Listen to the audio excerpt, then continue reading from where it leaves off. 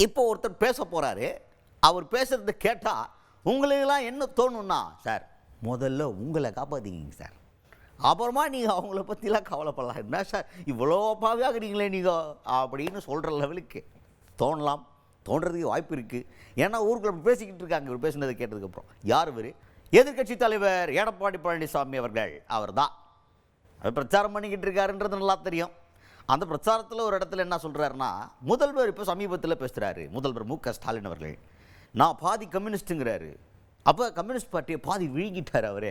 Communist பார்ட்டிக்கு நான் எவ்வளோ சொன்னேன், பார்த்து சாக்கிறதா இருங்க, இல்லைன்னா கட்சியை காணாமல் போயிடும்னு. பாதி காலி ஆயிடுச்சு, இன்னும் கூட இருந்தீங்கன்னா மொத்தமாக சரியத்தை யாராலும் தவிர்க்க முடியாது அப்படின்னு கம்யூனிஸ்ட் பார்ட்டியை பார்த்து பாவப்படுறாரு எடப்பாடி பழனிசாமி அவர்கள்.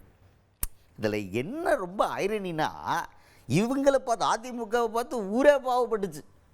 பாஜக கூட கூட்டணி வைக்காத, சொன்னால் கேளு, காணாமல் போயிடுவேன் அப்படின்னு எல்லாருமே சொன்னாங்க. திமுக கூட்டணியில் இருக்க அனைத்து கட்சிகளுமே சொல்லிச்சு, ஏன் வேணாம் பாஜகவோட கூட்டணி வச்சா அதிமுகன்ற ஒரு பெரிய பயங்கரமான கட்சி காணாமல் போயிடும் காத்தோட காத்தா அப்படின்னு சொன்னப்பெல்லாம் அதை காது கொடுத்து கேட்கல.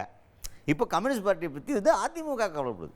எப்படி என்னத்தை சொல்ல, நீங்கள் முதல்ல தப்பிச்சிடுறதுக்கு வெளியே பாருங்கன்னு தான் பதில் வரும் அங்கிட்டு இருந்து.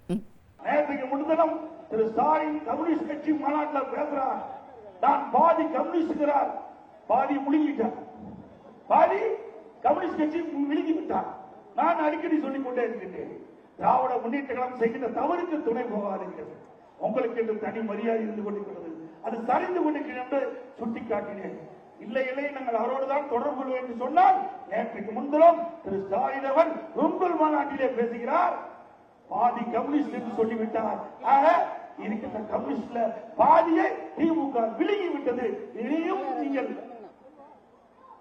விழித்து விட்டால் நீங்கள் சறுக்குவது உண்மைதான், வேற யாராலையும் காப்பாற்ற முடியாது.